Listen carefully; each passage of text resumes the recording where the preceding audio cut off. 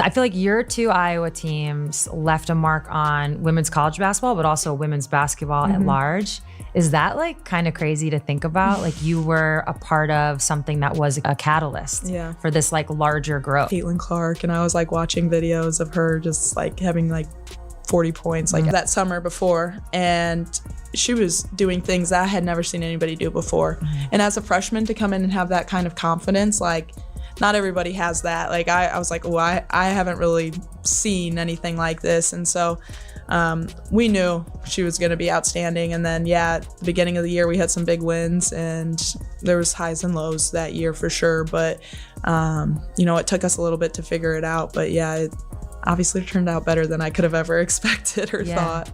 Let's talk about what really happened during those back-to-back Final Four runs in 2023 and 2024. Real quick, what did you notice about Caitlin's like work ethic? Was there anything that stood out? Yeah, absolutely. I mean, she was in the gym constantly. And it was like the way she approached everything too was like, it was like with a sort of excellence. It wasn't like, oh, I'm just gonna go through the motions and like whatever. It was like, no, like I'm here to kick your butt in every single drill, every single practice, like, and especially whenever our like gray squad guys were playing against us, it was like, if you're across from me, you're my enemy, And like, I think that's just kind of how you have to approach things to get better. And she had that, next level mindset, and it really just raised us all up with her. Watch the tape from that South Carolina game in the Final Four.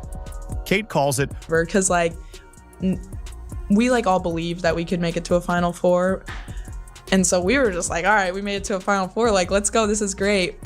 We didn't think we were going to really make it to the national championship. Like the undefeated South Carolina, they're like Twin Towers down there, like just a very long, athletic, good team. And so when we like executed that game plan perfectly and beat them, that was probably that's like still probably my career highlight. Here's where it gets in. What if I told you the most important thing that ever happened to Kate Martin's WNBA career was getting buried on the bench?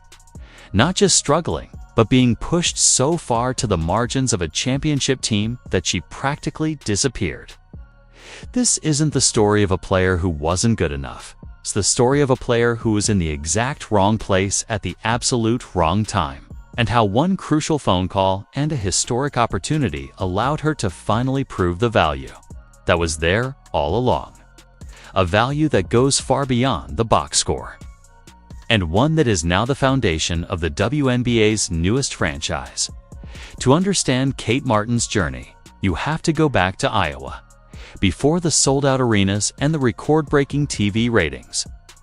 There was a high school phenom named Caitlin Clark arriving on campus, and Kate, already a couple of years into the program, admitted her first thought was one of skepticism. She heard about this girl averaging 1 million points in high school, and thought, oh, this girl thinks she's going to come here and rule the world. And then, as Kate put it, she did. She came in right away and ruled the world. But what the highlight reels often missed was that Caitlin didn't rule alone. She had an architect by her side, designing the framework that allowed her genius to flourish. While the world was mesmerized by Caitlin's logo threes and impossible passes, Kate Martin was quietly becoming the other half of the storm. It wasn't a star and sidekick dynamic. It was a basketball symbiosis. Caitlin was the brilliant, fiery artist, and Kate was the calming, strategic force that kept the entire masterpiece from spiraling into chaos. In interviews, Kate describes her role as providing a calming effect. When Caitlin's intensity was at a boil, Kate was the one who could look her in the eyes, tell her to take a deep breath and reset. She earned this right, this relationship equity, by building trust not just on the court, but off of it. She was the one who could yell at a teammate when needed, because everyone knew it came from a place of wanting to win. And let's be clear, Kate Martin was no mere role player. During those iconic back-to-back Final Four runs, while Caitlin was rewriting the record books, Kate was averaging over 13 points and nearly 7 rebounds per game. Those are star-level numbers.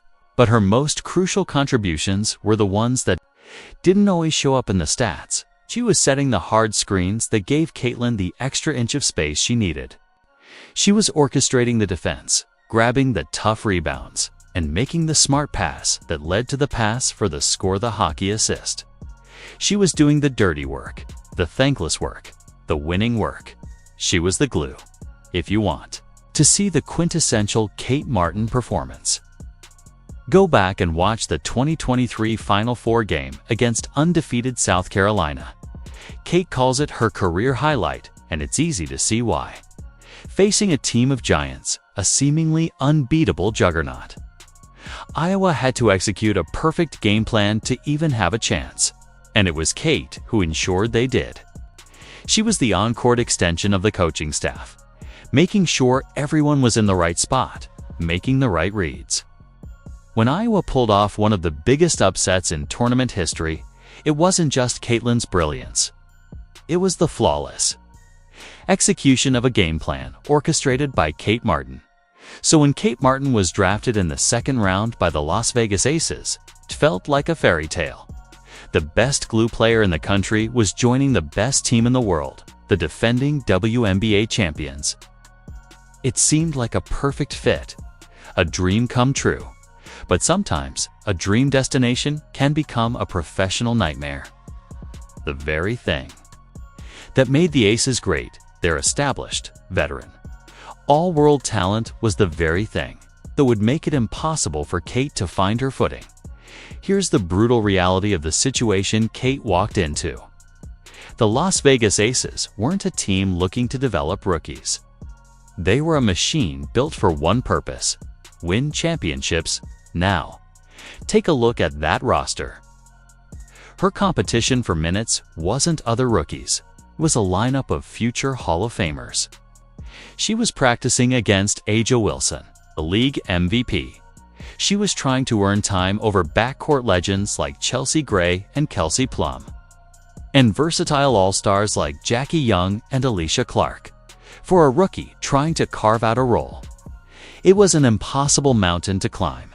The numbers tell the story of a slow, painful fade into irrelevance.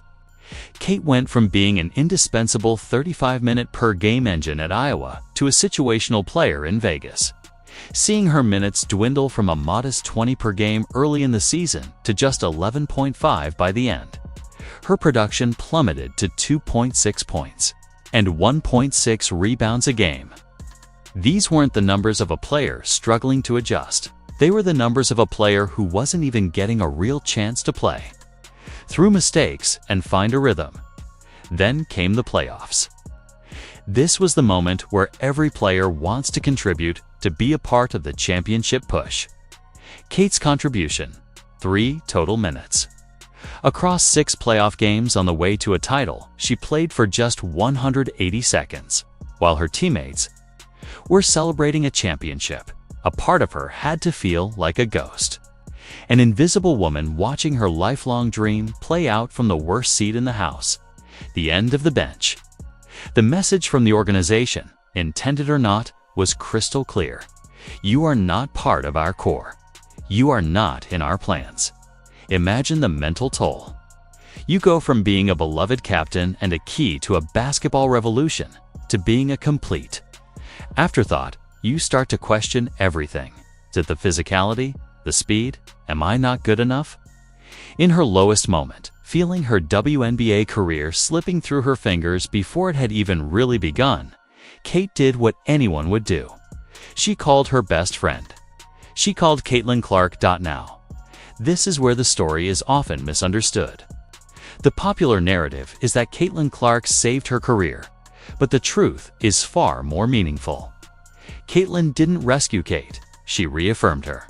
As Kate explained her situation, Caitlin, who was going through her own intense adjustment too, the pros reminded Kate of who she was. She reminded her of their success at Iowa, of how their skills worked in perfect harmony. She told Kate that the problem wasn't her ability, the problem was the situation. She was an architect being asked to be a wallflower. This conversation wasn't a magic bullet, but it was a powerful dose of perspective. It wasn't about telling her to leave, but about reminding her of her own worth, empowering her to believe she deserved an opportunity to show it. And then that opportunity arrived. In the most modern of ways, an expansion draft. The WNBA was welcoming a new team, the Golden State Valkyries, and they needed to build a roster from the ground up. When Las Vegas inevitably left Kate unprotected, the Valkyries saw exactly what the Aces had overlooked. They didn't see a benchwarmer. They saw a culture setter. They saw a leader. They saw the glue that had held Iowa together. They saw their architect. This is the crucial turning point. Valkyries general manager Othella Harrington and head coach Natalie Nakasi, who had actually coached Kate briefly with the Aces, didn't just pick her to fill a roster spot. They targeted her. They wanted her. BASKET, BALLIQ, her work ethic and her innate ability to connect a team. In her own words, Kate was just super excited for another opportunity.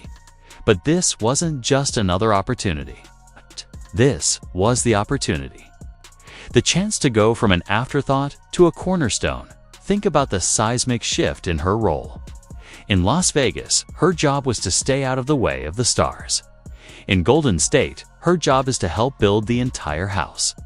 The franchise philosophy is built on energy, effort, and building each other up, a perfect reflection of Kate's own ethos. Coach Nakasi fosters an environment where effort and intent are valued over perfection, freeing up players to play aggressively and without fear. It was the exact antidote to the high-pressure, no-mistakes environment of a veteran championship team. Suddenly, the skills that were underutilized in Vegas are the very skills being celebrated in the Bay Area. The Valkyries want to play fast, shoot threes, and rely on high basketball IQ. They want to play the Iowa way. Kate is no longer fighting for scraps of playing time. She's a foundational piece, expected to bring her leadership and communication to a young, hungry locker room. She is finally in a system that doesn't just tolerate her strengths, it demands them. Kate Martin's story is a masterclass in the importance of fit. Her journey proves that sometimes the best thing that can happen to your career is being told no by the wrong situation, because it forces you to find the place that will give you a resounding yes. She had to learn what she wasn't, a spare part on a ready-made machine, to fully embrace what she is, an architect capable of building something special from the ground up. Her career wasn't saved by a phone call. It was unlocked by her own resilience and by a new franchise that was smart enough to see the value in a player who makes everyone around her better. The architect has finally been handed her blueprint. And for the Golden State Valkyries and the WNBA, the most exciting part is seeing what kind of masterpiece she'll build with it. What do you think is the ultimate ceiling for Kate Martin in Golden State? Let me know your thoughts down in the comments. And if you enjoyed this story, do me a favor and hit that like button and subscribe for more deep dives into the stories behind the stars. Thanks for watching.